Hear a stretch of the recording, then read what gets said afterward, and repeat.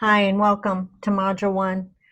And as I put this series of exercises together, it was important for me to sit down and really look at those pivotal moments and that action that I was guided to take to understand what I was doing quite naturally, right, innately, unconsciously, and how I could take charge of that to create action in my life, right? And one of those first pivotal moments was when I was confronted with the question, the idea, the thought, are you in your body? And this question came from me sitting in my final psychiatrist's office, right? And he looks at me and he says, Cherie, I just don't know what to say. I don't know how to help you any further. And I'm like, what do you mean? He said, well, here's what I see. You're not in there. You're not in there, and I don't know how to help you. And I was like, if I'm not in here, where am I? And he said, I don't know. Right? So what I would like to say to you, if you feel like you are watching yourself live, if you feel alone, empty, or separate, if you feel exhausted, right? You're not in there. You're just not in there. And that's a question we must really digest. Am I in my body? Can I feel? Is that why I want to cut and hurt myself? Is that why I choose to not eat or overeat? Because I can't feel anything good or bad, really, right? I remember getting to a point where I put a knife all the way through my hand on accident, but I couldn't feel it. I could see it, but I couldn't even really feel it. That's how disconnected I was from this body, right? So the astral body is the energetic version of your physical body. The energetic version of your physical body. So as I was connecting dots, right, I remembered having the experience of being asleep on the couch and my children walk in and I get up and I realize I can't touch them. I can't interact with them. I'm speaking. They can't hear me, right? And I see my body lying on the couch, right? It's not the first time I've had these experiences, right? And through my studies with Deepak Chopra, right, he really kind of encouraged me to reawaken this innate ability consciously, right? So, could it be possible that maybe in a very literal way, you are disassociated? Your astral body has separated from your physical body in a very literal way. Disassociation is the separation of something from something else, right? So could it be possible that in a time of fear, your astral body separated as a reaction from your physical body, right? Could it be possible, right? Because we know as adults, like, it's common to think of an out-of-body experience like a person who has had a really bad accident or something, they've been raped or attacked, right? We know that. We talk about that. But what if you're a child, right? What if you're a child? And what if it happens over and over again because this is your life, this persistent systemic trauma that just is an everyday occurrence, right? And what if you're used to watching from above and there comes a point where you realize you don't have to? What if you realize that you don't have to hang out and watch your body be hurt, right? What if? could that be possible, right?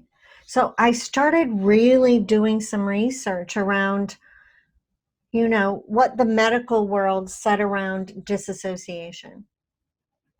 And it's very little, right? There's very little research around it at all. And to me, when things start overlaying on top of each other, things start feeling true and replicable to me. So if one thing is separating from another, and another realm is saying that to astral travel is taking your astral body from your physical body to another reality, right? So could it be possible that we choose that, we're not going to just hang out, and we realize that there's a whole big world out there, and being here is in that body that's always getting hurt is pretty limiting, right? So could this be the basis of our Peter Pan story, the child who never wanted to grow up or go home? Could that be that he never wanted to go home to his body, right? Or did he forget how to come home to his body, right? So let's step back for a minute. I had a conversation not that long ago with a little girl. She was like 11, I think. And she had this habit of just kind of staring off into space and losing blocks of time, and not really paying attention in school. And so we sat down to have a conversation, and she's looking at the floor, and I said, so what happens when you're staring off to space? Are you just staring off into space? Are you like are you aware of what's going on around you? And she said, no, I become unaware of what's going on around me. And I said, oh, interesting. I said, so what do you do? She said, I fly. And I said, that's super cool. I fly too. And she looked up out from under her eyelashes, right? And when we're astral traveling, it is like flying, which is kind of different than quantum jumping, because quantum jumping is an instantaneous shift from one thing to the other, right? So astral travel, as we said, is the ability to project our astral body into another time or reality. Right? So if this child learns that they can maybe hop over a few frames to a reality that isn't quite so disturbing, that could be a possibility. Or maybe they go on these great adventures and explorations to other worlds and then come back when the horror is over, right? Could that be possible? Most children remember the beginning and the end of things. They don't remember the middle, right? Now, as we said, quantum jumping isn't instantaneous. It isn't a fly. It isn't a journey as astral travel. It is an instantaneous molecular shift from one place to another, right?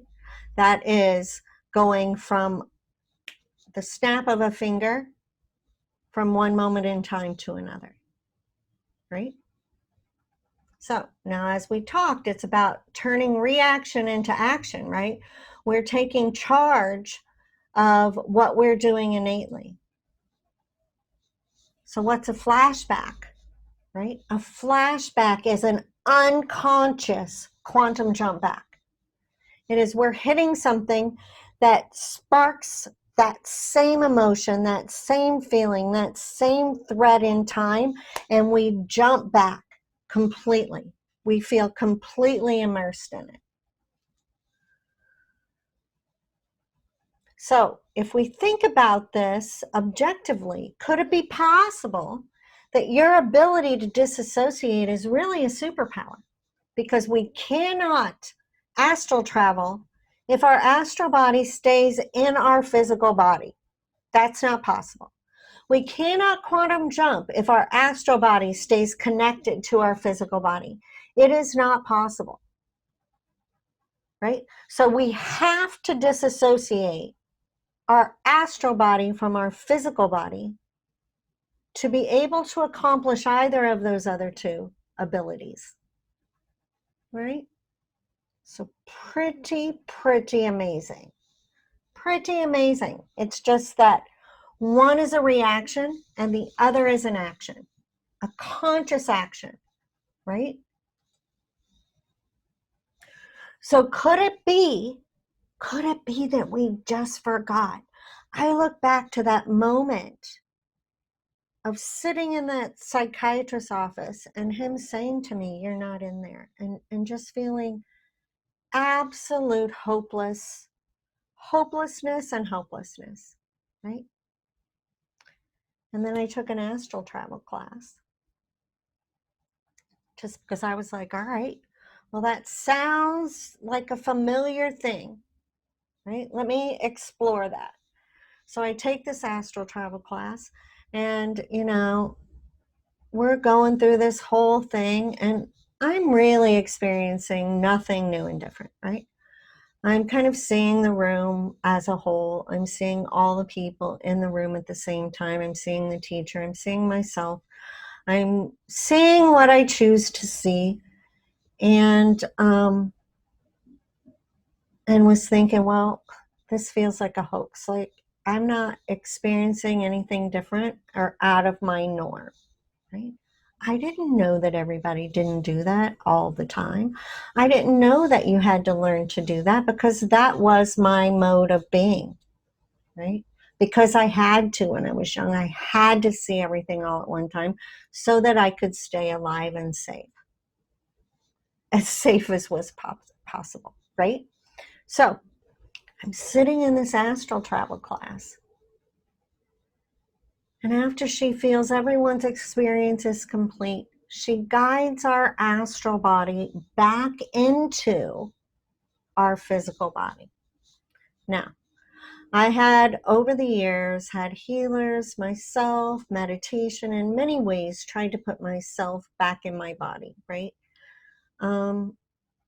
This was different. This isn't grounding. This is truly a realignment. This is coming back in to your body, not operating it from above, right? You're not like running beside your Ferrari trying to operate it. You're inside, you're looking out your eyeballs, your skin is talking to you. Every cell in your body is receiving information, right? Now, the interesting thing is after she got us back in our bodies, and I'm like feeling like, whoa, I don't know that I've ever felt this before. She goes on to explain to never do this alone. Always make sure that you astral travel in pairs. And I instantaneously was like, why? And she was like, so that you can make sure that you come home. And I was like, oh my gosh, that's it. That's the piece, right?